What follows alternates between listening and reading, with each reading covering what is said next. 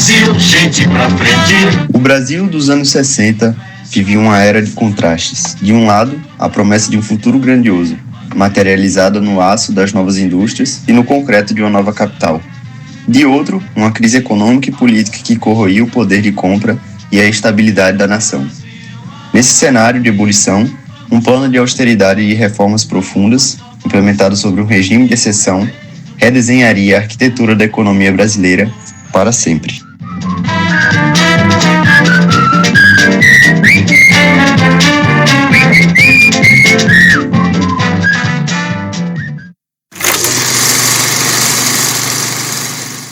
Para entender a necessidade de um plano como o PAEG, é crucial dissecar a crise do início dos anos 60. Ela não foi um evento súbito, mas o resultado de um acúmulo de tensões. Primeiro, o esgotamento do modelo de substituição de importações. O Brasil tinha industrializado sua base de bens e consumo, mas agora precisava avançar na produção de máquinas e equipamentos, o que exigia investimentos massivos e tecnologia, recursos que estavam escassos. Segundo, a questão fiscal. Os governos gastavam muito mais do que arrecadavam para financiar o desenvolvimento de projetos como Brasília. Sem um sistema tributário moderno e o mercado com a dívida pública, a solução era simplesmente imprimir dinheiro, ou seja, o Banco do Brasil emitia moeda para cobrir os gastos do Tesouro, o que alimentava diretamente a inflação. Terceiro, a instabilidade política crônica.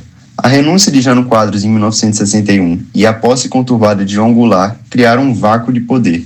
O governo de Jango tentou implementar as reformas de base, que previam mudanças agrárias, tributária e educacional, mas encontrou a enorme resistência das elites. Essa popularização paralisava o país, afugentando investidores e gerando um clima de confronto social.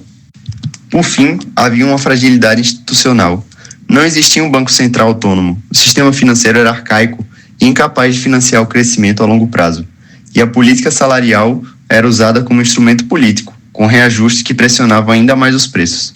A inflação, que em 61 era de 33%, saltou para 72% em 63 e atingiu um pico de quase 92% em 64. A economia estava à beira do colapso. Era nesse cenário caótico que o regime militar, instaurado em 64, se apresentou como uma solução de força para impor uma nova ordem econômica.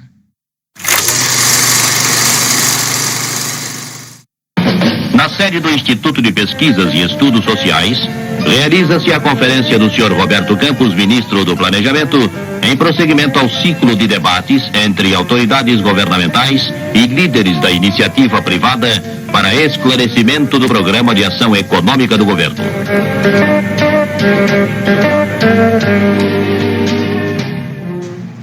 Com o novo regime militar, o governo de Castelo Branco lança, entre 1964 e 1967, o Plano de Ação Econômica do Governo, o famoso PAEG, elaborado pelos ministros Roberto Campos do Planejamento e Otávio Bulhões da Fazenda. O plano ele tinha duas linhas de atuação muito claras: controlar a inflação galopante e promover reformas estruturais para modernizar a economia. O diagnóstico do PAEG para a inflação era de excesso de demanda. As causas apontadas eram os déficits públicos, uma política salarial considerada frouxa e a falta de controle na expansão do crédito. Para atacar esses problemas, o governo adotou medidas duras. Primeiro, uma redução do déficit público, com corte de despesas e aumento de tarifas, o que gerou a chamada inflação corretiva. Segundo, uma política de restrição ao crédito e aperto monetário, que elevou os juros e levou muitas empresas à falência, muito parecido com o que a gente tem hoje na atualidade, juros muito altos e muitas empresas entrando em recuperação judicial, em um processo que os economistas da época chamaram de limpeza de terreno. Por fim, uma política salarial que, na prática, resultou em um forte arroxo, reduzindo o salário real do trabalhador. Enquanto o trabalhador tinha um aumento nominal do salário, quando virava um ano, percebia que o aumento nominal não correspondia no aumento real desse salário.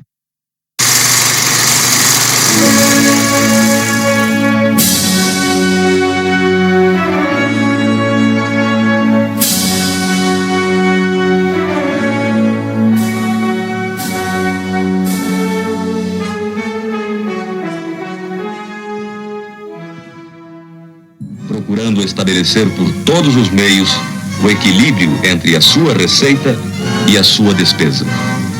E nosso esforço, procurando aumentar cada vez mais a nossa produtividade.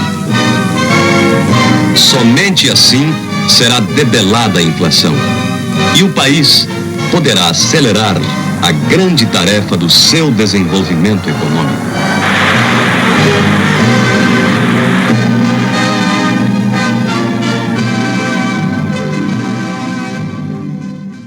O PAEG, no entanto, foi muito mais do que um plano de estabilização. Sua ambição era criar as instituições para um novo ciclo de crescimento capitalista no Brasil.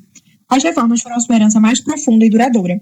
Na reforma tributária, o caos de impostos em cascata, que incidiam uns sobre os outros em cada etapa da produção, foi substituído por um imposto sobre o valor adicionado, o imposto sobre produtos industrializados, IPI, na esfera federal, e o imposto sobre circulação de mercadorias, ICM, embrião do atual ICMS para os estados.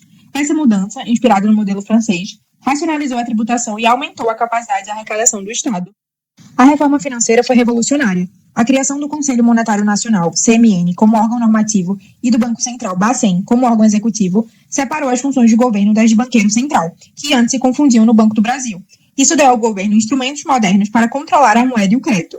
Foi criado também o Sistema Financeiro de Habitação e o Banco Nacional da Habitação, para atacar o déficit habitacional. E de onde viria o dinheiro para isso? Da criação do Fundo de Garantia do Tempo de Serviço, FGTS, que substituiu a antiga estabilidade no emprego por uma poupança compulsória, cujos recursos foram a principal fonte de financiamento para o BNH. Por fim, a reforma do setor externo de capitais. A lei de remessa de lucros foi alterada para atrair capital estrangeiro e o mercado de capitais foi regulamentado. Para o câmbio, abandonou-se a política de grandes desvalorizações, que geravam instabilidade. Foi adotado o sistema de mini-desvalorizações cambiais, que ajustava o câmbio aos poucos, dando previsibilidade e competitividade para os exportadores. O PAEG estava literalmente construindo as fundações de um novo sistema.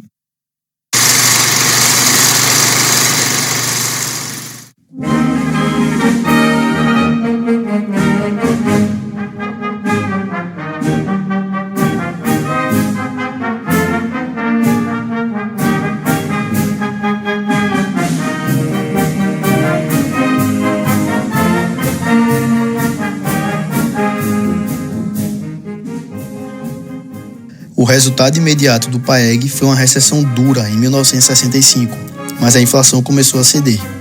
Com a casa arrumada, a economia brasileira estava pronta para decolar. As reformas institucionais, a capacidade ociosa da indústria e um cenário externo de grande liquidez criaram as condições perfeitas para o milagre econômico, que foi de 1968 a 1973, quando o Brasil cresceu as taxas chinesas com média superior a 11% ao ano. Contudo, esse milagre teve uma face sombria. A análise crítica do período é fundamental. O modelo era excludente e promoveu uma brutal concentração de renda. A política de arrojo salarial do PAEG, continuada nos anos seguintes, e a famosa frase do ministro Delfim Neto, de que era preciso primeiro fazer o bolo crescer para depois reparti-lo, sintetiza essa escolha. O bolo cresceu, mas ficou nas mãos de poucos. A desigualdade social se aprofundou. Além disso, a modernização na agricultura, financiada pelo novo sistema de crédito, acelerou o êxodo rural e criou a figura do boi fria, o trabalhador rural sem terra e sem direitos. E qual o legado do PAEG hoje, mais de meio século depois, é imenso e presente no nosso dia a dia. A discussão atual sobre a reforma tributária ainda lida com a complexa divisão de receitas entre União e Estados, criado naquela época.